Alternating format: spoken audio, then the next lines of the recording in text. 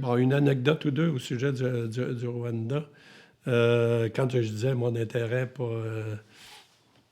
moi, j'appelle ça la bière, les bières, l'alcool, mais moi, je suis un buveur de bière, pas tellement d'alcool. En tout cas, depuis longtemps, mais j'ai bu d'alcool, du cognac un temps, mais je me suis guéri de ça parce que je me rendais malade.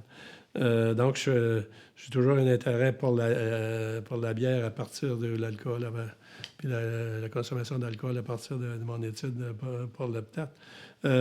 Là-bas, au Rwanda, quand on allait dans la famille, l'hospitalité, c'est offrir de la bière à l'autre, à la personne que l'on reçoit. Donc, on s'annonçait d'avance parce que ça prend du temps à fabriquer de la bière de mille. La bière de banane, c'est moins long. Mais donc, si les gens n'en avaient pas, ils en achetaient. Parce que ça pouvait se vendre ou ils en demandaient à quelqu'un, un parent qui... En tout cas, on nous servait ça dans une calebasse, là, avec un goulot, pas une calebasse coupée en deux, mais comme une courge, là, travaillée. Et puis avec les chalumeaux. Chalumeau, c'était un morceau de bambou, donc avec un creux. Et par contre, il y avait un contenant, puis un chalumeau. Donc, il fallait faire circuler ça d'une personne à personne. Puis on sait qu'au Rwanda, il y avait de la tuberculose, entre autres, parce que c'est un pays de montagne où c'est froid, il y a des périodes de l'année, ça peut être près de zéro, même dans les hautes montagnes, ça peut même geler. Donc, il y avait... Mais bon, on prenait le risque quand même de faire circuler la calebasse là, d'un à l'autre. Et puis, le premier, qui est le chef de famille, celui qui nous reçoit, lui, il doit prendre aspirer la première gorgée. On appelait ça enlever le poison. Parce qu'au Rwanda, il y a une longue histoire d'empoisonnement.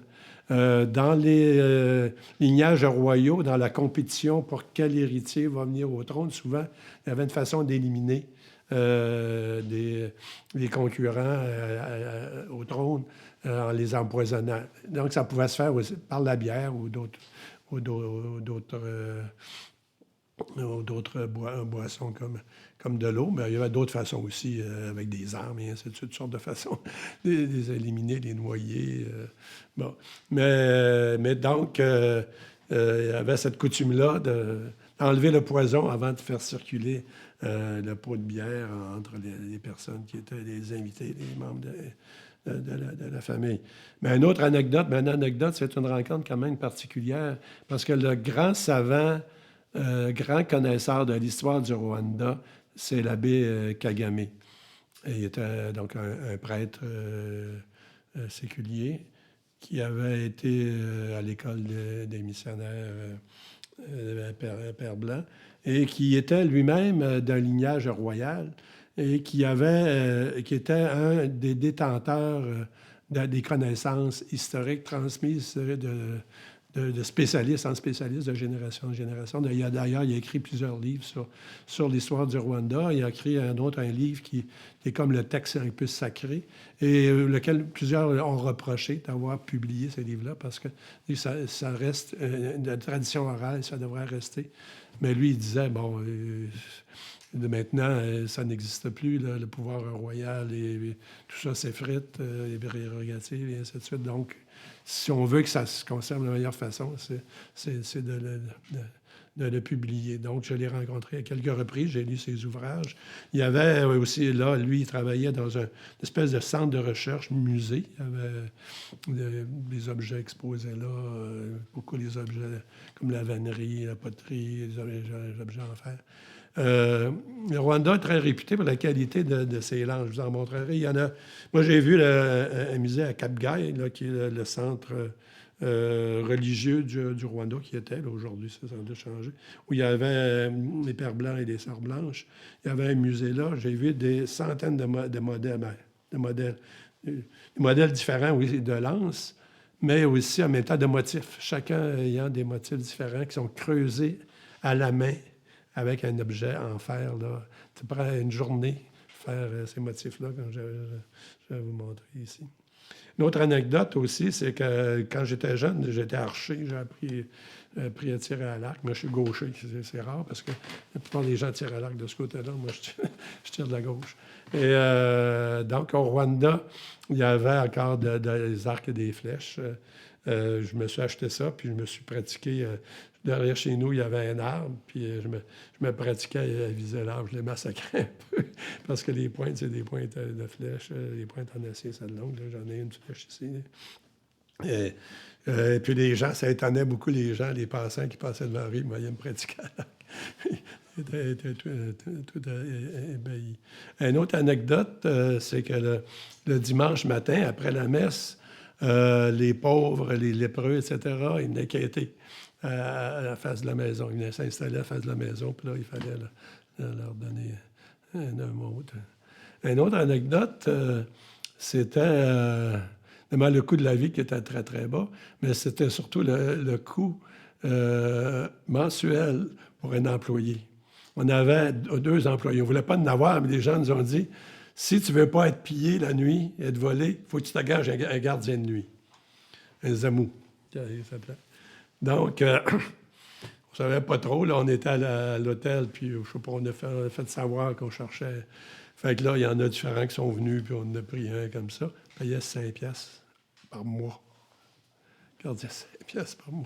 Là-bas, il n'y avait pratiquement pas d'argent qui circulait sur les collines, parce qu'il n'y avait pas beaucoup de produits commercialisables. Plus tard, après, on s'est mis à cultiver le riz dans les bas-fonds, mais pas quand on était là. On pouvait vendre un petit peu de récolte, un petit peu de mil, un petit peu de patates ou des choses du genre, mais et aussi, des fois, ceux qui étaient éleveurs, là, qui avaient un veau, un bovin, mais il y avait très peu d'argent. Puis, on a engagé un cuisinier qui, lui, on payait 7 piastres par mois. Caroli, qui s'appelait. Donc, ces gens-là venaient à pied des collines. Caroli, lui, il était sur la colline à côté de M'Paré. Il marchait ça il prenait au moins 1 heure par jour. On venir au travail à marcher, là. Le matin, soir. Donc, c'est une façon d'avoir un peu de retombée monétaire locale. D'ailleurs, c'est la même chose aussi au Mali. On y reviendra sur ça aussi. Mais même si nous autres, avoir des domestiques, ça n'a jamais été dans nos objectifs, faire servir, etc. Mais là-bas, c'est une façon de créer de l'emploi puis de laisser un peu d'argent localement, même si on n'était pas riche. Là. On a passé l'été avec toi, je pense, 300 $, quelque chose du genre, pendant 3 mois. Puis en revenant, bien, on est obligé d'emprunter de l'argent. Emprunter de l'argent. En passant, en revenant, on est revenu par l'Italie. Oui. Et puis là, on a manqué d'argent. Puis là, parce qu'on avait des chèques de voyage. On est allé à American Express. Puis on a dit, bon, on a un compte en banque à Arvida, il y a de l'argent dedans, on peut avoir des chèques de voyage. Ils ont fait confiance. Puis on a eu des chèques de voyage pour faire notre petit deuxième partie de voyage de noces. On était quelques jours en Italie, en fait, à Rome, avant de revenir au Canada. Ça, on peut dire que pour le moment, ça termine l'épisode du Rwanda, mais on va enchaîner avec les autres terrains qu'on a fait en Afrique, un peu, parce qu'il y a eu entre-temps des terrains sur la Côte-Nord, mais quand il y a une certaine homogénéité géographique, continentale. On va parler de nos terrains où j'avais parlé, mais de temps en temps, j'interpelle ma conjointe sur le sujet. Certains sujets. Donc, après être revenu au Canada, donc j'ai rédigé mon mémoire de maîtrise, vraiment de mémoire. C'était de ma mémoire avec les notes de terrain perdues. Et puis, j'ai terminé, on était mariés, donc on résidait ensemble maintenant. C'est nos parents qui nous avaient, pendant qu'on était à Rwanda, ils nous avaient réservé un petit appartement, un sous-sol, là, pas très loin de l'université. Je pouvais aller à pied. Et puis, donc, j'ai terminé, j'ai rédigé la maîtrise. À l'époque, là, c'était vite, hein? Tout le monde, dans notre année, tout le monde a fait ça. La recherche de terrain, tout le monde a écrit son mémoire avec des cours. On avait des cours, on n'était pas juste la rédaction, tout le monde l'a déposé au mois de mai de l'année suivante. aujourd'hui, quand on voit que ça prend des années. Je dirais peut-être qu'aujourd'hui, c'est plus fignolé, plus poussé, surtout dans la littérature, connaissant de la littérature, cadre théorico-conceptuel. Mais quand même, des fois, prendre 3 ans, 4 ans pour faire une thèse de maîtrise, je trouve que ça s'étire pas mal. Donc, après cette année-là, ou pendant cette année-là, plutôt, on a eu la visite de monsieur et madame Gessin. Le docteur Gessin était directeur du Musée de l'Homme, ou plutôt co-directeur, parce qu'à l'époque, il y avait Triumvirat à la tête du Musée de l'Homme. Lui, il était spécialiste des Inuits, tu as dû connaître. Il a fait des recherches au Groenland, il a publié sur le Groenland. Des recherches et des travaux que j'ai lus d'ailleurs. Et puis elle était africaniste, Madame Jacinthe, de l'Étrange, Monique de l'Étrange, de son nom. Elle a travaillé en Guinée d'abord, puis à partir de l'indépendance de Guinée, où on a expulsé des étrangers, elle a travaillé de l'autre côté de la frontière au Sénégal oriental, parce qu'on est au Sénégal oriental. On va aller, là. On va se retrouver dans 2 minutes. C'est à la frontière de la Guinée. Guinée française, Guinée-Conakry. Donc, ils sont venus à l'Université Laval au printemps, je pense, puis parler de leur recherche en général, mais surtout en Afrique en particulier, Madame de l'Étrange, excusez. Et puis, il y avait le Centre de recherche anthropologique qui co-dirigeait. C'est le professeur Gessin, mais Mme Gessin était pas mal aussi comme co-directrice non officielle. Et ils voulaient avoir des chercheurs canadiens. Ils étaient passés par Montréal aussi. D'ailleurs, il y en a de Montréal qui sont dans l'année, puis il y en a même un professeur à Montréal, Gomila, professeur en anthropologie biologique, qui avait déjà travaillé au Sénégal, puis qui était engagé à Montréal. Il y a eu aussi Balexi. Tu connais peut-être pas ça dans sa carrière. Balexi est allé en Afrique, au Sénégal oriental. Exactement le même terrain. Moi, j'ai pris sa relève parce que Balexi, ça a l'air qu'en Afrique, il était complètement perdu. Alors, il n'aimait pas ça. Donc, on en a discuté, on a échangé, puis finalement, on a décidé de partir pour le Sénégal. On avait fixé ça en janvier 1966. Et entre-temps, je suis allé sur la Côte-Nord. On y reviendra. Et puis à l'automne, entre-temps aussi, j'ai travaillé pour la commission Automne-Tremblay, on y reviendra. Et puis là, en janvier 66, 1er janvier 66, on part pour le Sénégal, en passant par Paris. Donc en passant par Paris, le Musée de l'Homme, Raoul Ardweg, que j'ai rencontré à son laboratoire au musée de l'Homme. Et puis, exactement ce que j'allais faire là-bas, c'était pas très, très détaillé, mais il m'avait demandé, c'était un peu une commande, il y avait une nouvelle agglomération le long de la route qui va de Tambacounda, c'est la province du Sénégal oriental, c'est la capitale, et puis Kédougou, qui est au sud, juste à la frontière de la Guinée. Il y avait une nouvelle agglomération interethnique qui était en place. On voyait ça comme un peu un futur pôle de développement, un peu presque pas tout à fait à mi-chemin, mais parce qu'il y avait à la frontière du parc de Niokolo-Koba. Donc, en partant de Tambacounda, on est allé en Jeep. On traverse le parc du Niokolo-Koba, qui est une réserve faunique, où il n'y a pas d'établissement permis. Donc, il y a à peu près, il doit y avoir un bon 150 km. Tambacounda, Kédougou, c'est comme 250 km. Donc, l'agglomération qui s'appelle Niéménéké, Ségéko, Touba-Diarra, c'est des noms de 3 ethnies différentes, 3 langues différentes, mais dans le fond, 4 ethnies, parce qu'il y a 2 ethnies qui parlent la même langue. Donc, on est arrivé sur le terrain, on est parti sur le terrain avec le neveu de Mme de l'Étrange, Bruno de l'Étrange, qui lui allait faire une enquête démographique dans la même agglomération. Donc, comme préparation au terrain, parce que là, on avait le recensement de toutes les familles, puis il y avait, parce que au total, il devait y avoir 5 ou 6 villages, là. Mais il y avait il y en a qui étaient dans un habitat dispersé, ils n'étaient pas tous regroupés le long du chemin. Mais on construisait une école, un dispensaire, il y avait des commerces déjà. C'était un peu une étape aussi. Après le parc du Niokolokoba, c'est le premier arrêt. Donc les camions qui transportent les passagers, et ainsi de suite, ceux qui veulent prendre le camion, parce que c'est la façon... Il n'y a pas d'autobus là-bas. C'est des boîtes, des camions avec des bancs en arrière dans la boîte, puis t'es dans la poussière. Évidemment, c'est des chemins de terre. Donc, on est parti pour le Rwanda avec un enfant qui était né, Simon, qui était né le mois de juin précédent. Là. Et ça, rendu à Paris... Madame, pourtant, c'était clair qu'on y allait avec notre enfant. Elle était comme surpris qu'on soit avec l'enfant. Mais penses-tu on partait pour 1 an et demi. Penses-tu qu'on allait laisser notre enfant à la garde de je ne sais pas qui pendant ce temps-là? Mais là, le problème, elle a dit, bon, je ne sais pas comment on va le nourrir, ça va prendre des purées, etc. Demanderait aux femmes qui fassent des purées avec de la farine d'amide, et ainsi de suite. Finalement, à Dakar, on a acheté des tas de petits pots, des caisses de petits pots pour nourrir le bébé. Donc,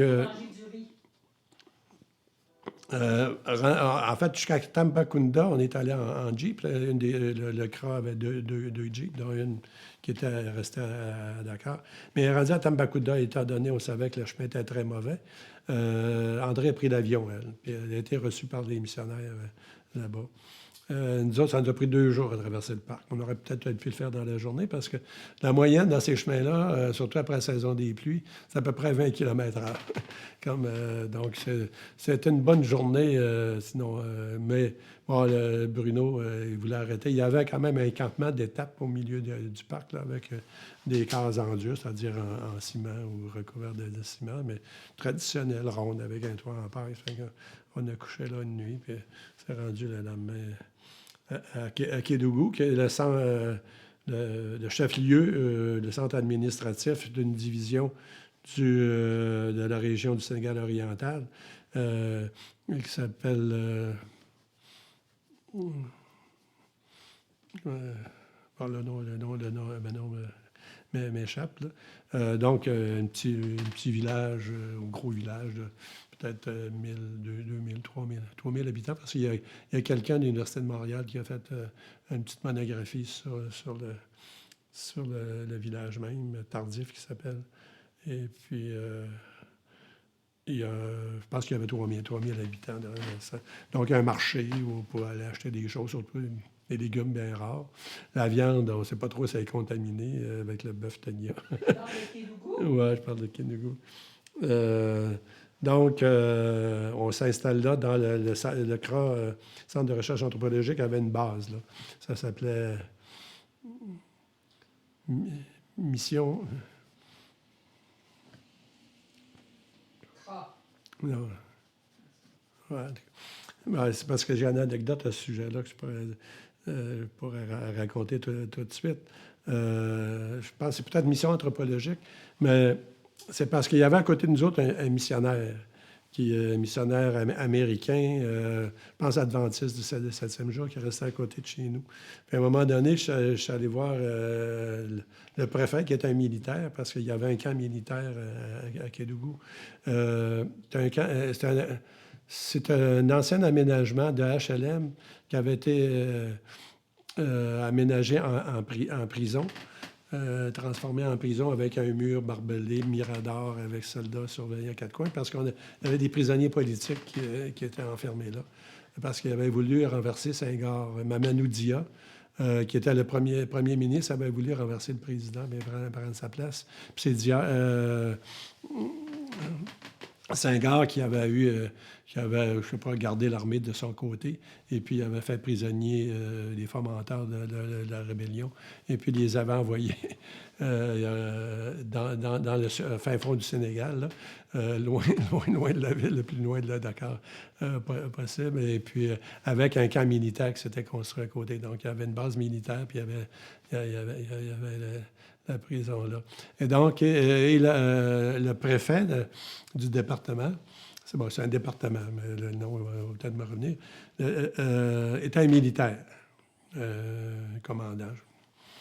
Et puis, à un moment donné, je suis allé le voir pour pouvoir prendre l'avion militaire, parce qu'à chaque 3 fois par semaine, il y avait un avion militaire qui venait approvisionner, relève du personnel et ainsi de suite. Donc, c'était...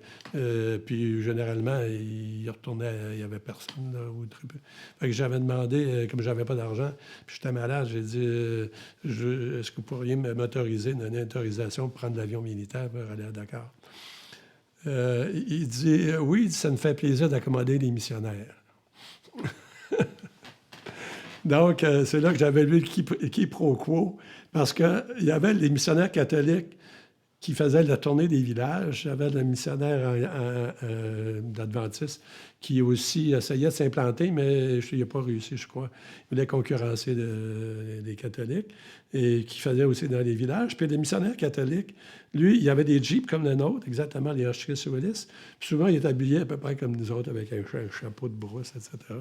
Fait que là, puis on allait souvent chez les missionnaires manger, etc. Il devait savoir ça.